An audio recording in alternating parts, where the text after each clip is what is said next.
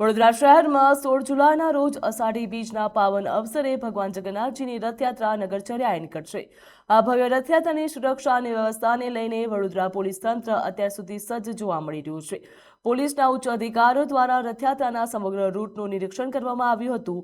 વડોદરામાં ભગવાન જગન્નાથજીની 45મી રથયાત્રાને હવે ગણતરીના દિવસો બાકી રહ્યા છે, ત્યારે શાંતિપૂર્ણ અને સુરક્ષિત રથયાત્રા યોજાય તે માટે વડોદરા પોલીસ દ્વારા તૈયારીઓને આખરી ઓપ પણ આપવામાં આવ્યું।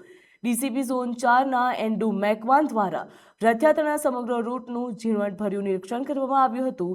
ડીસીપીએ પંચમુખી હનુમાન દાદા મંદિરથી લઈને જુબેલી બાગ સુધીના રૂટ ઉપર સુરક્ષા વ્યવસ્થાની સમીક્ષા કરી।